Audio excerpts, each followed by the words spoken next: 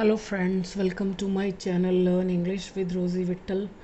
आज का paragraph doctor और पेशेंट्स की अजीबोगरीब कहानी है या क्या है, ये आप पढ़ने के बाद डिसाइड कीजिएगा।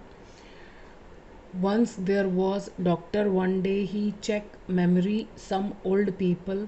He called first old man and ask what be answer if we multiply 3 into 3. The old man answer 274.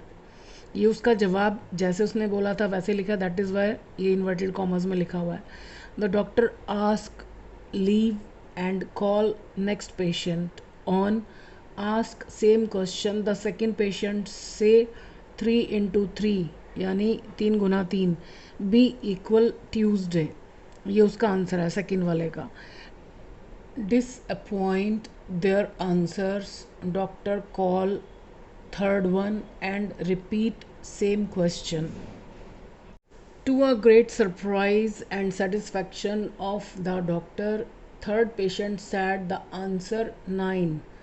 On get right answer, the doctor takes sigh relief, चैन की सांस, and ask he get right answer. The old man explain doctor that he subtract means minus कर देना, Tuesday 274। सो जल्दी से blanks को fill कीजिएगा तो आपको पूरी कहानी समझ में आएगी। तो हंसिए मत, let us start. Once there was a doctor, एक डॉक्टर था। One day he was checking the memory, एक दिन वो चेक कर रहा था याददाश्त किसकी, ऑफ सम ओल्ड पीपल, कुछ बूढ़े लोगों की। हम में से कुछ लोग क्या लिखते हैं, one day he was checking some old people's memory. नहीं, जब भी आपको ग्रुप ऑफ वर्ड्स इकट्ठा लिखना है, अब हमने यहाँ क्या लिखना है, चेक कर रहा था क्या, कुछ बूढ़े लोगों की मेमोरी। तो हिंदी में जहाँ आपने ख़त्म किया ना मेमोरी से शुरू होगा। द मेमोरी किसकी, of some old people. He called the first old man, उन्होंने डॉक्टर ने पहले ओल्ड मैन को बुलाया। एंड आस्क्ड हिम, और उनसे पूछा, what would be the answer, क्या जवाब होगा। If we multiplied, if clause में विल शैल नहीं आता, ओनली टेंसेज आते हैं। ये आप कंडीशनल सेंटेंसेस देखेंगे तो आपको अच्छी तरह समझ में आएगा। कंडीशनल सेंटेंसेस एक बहुत इंपॉर्टेंट टॉपिक है। सो इफ़ वी मल्टीप्लाइड, अगर हम गुना करें 3 into 3, 3 को 3 से गुना करें तो जवाब क्या होगा। तो यहाँ सेकंड फॉर्म आएगी। The old man answered, old man ने आंसर दिया 274। The doctor asked him, doctor ने कहा उनसे, टू लीव, जाने के लिए। यहाँ पर गो नहीं आएगा, क्योंकि अगर हम गो लिखेंगे तो हमको बताना पड़ेगा कहाँ, मतलब वो वहाँ से चले जाएं। And called the next patient, और अगले मरीज़ को बुलाया। On being asked the same question, comma आ गया।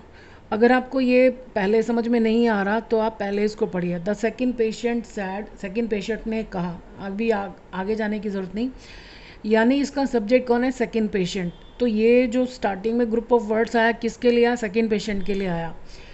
तो सेम क्वेश्चन सेकेंड पेशेंट, दो ही केसेस हो सकते हैं, या तो इसने पूछा या इससे पूछा गया।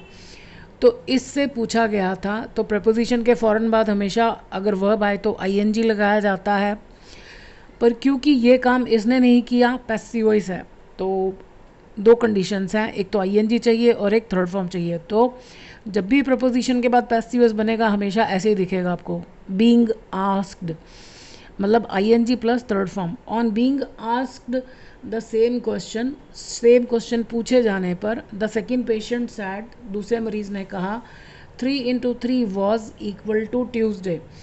अब यहाँ पर भी इज़ नहीं आएगा क्योंकि ये सारा ही पास्ट में है। कि अब हिंदी में ऐसे लगता है कि 3 गुना 3 ट्यूसडे होता है, लेकिन यहाँ हम वॉज ही लिखेंगे, 3 into 3 was equal to Tuesday. अब जैसे यहाँ पर फिर वही कॉमा और स्टार्टिंग में अ ग्रुप ऑफ वर्ड्स जैसे यहाँ पर था, तो ऐसी सिचुएशन में हमेशा पहले कॉमा तक छोड़ दो। The doctor called the third one, doctor ने तीसरे को बुलाया, तो सब्जेक्ट कौन है, डॉक्टर। तो जब भी स्टार्टिंग में कुछ वर्ड्स आते हैं जिनकी स्टार्टिंग वर्ब से हो रही है, वर्ब क्या होता है, या तो प्रेजेंट पार्टिसिपल होगा यहाँ पर यानी आईएनजी, या अकेली थर्ड फॉर्म।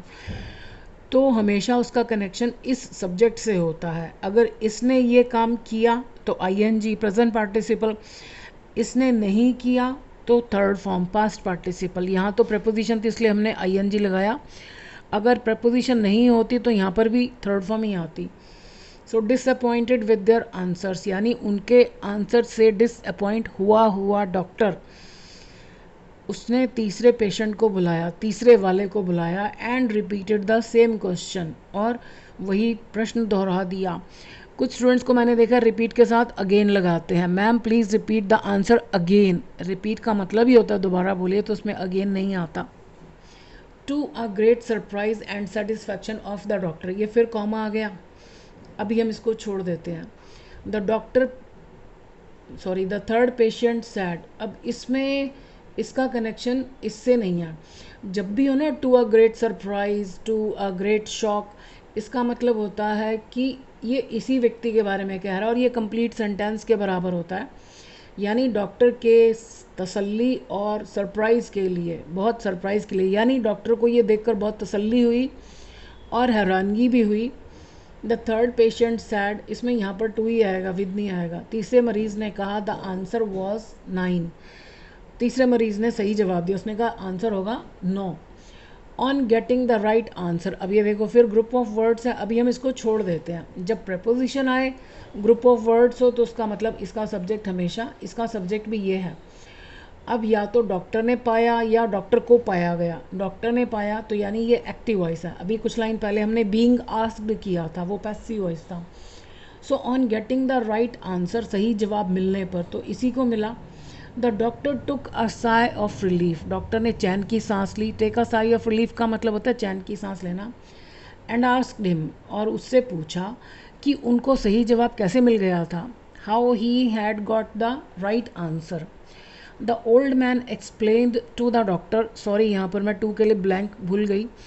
बूढ़े आदमी ने एक्सप्लेन किया डॉक्टर को, मतलब उन्होंने खोल के समझाया।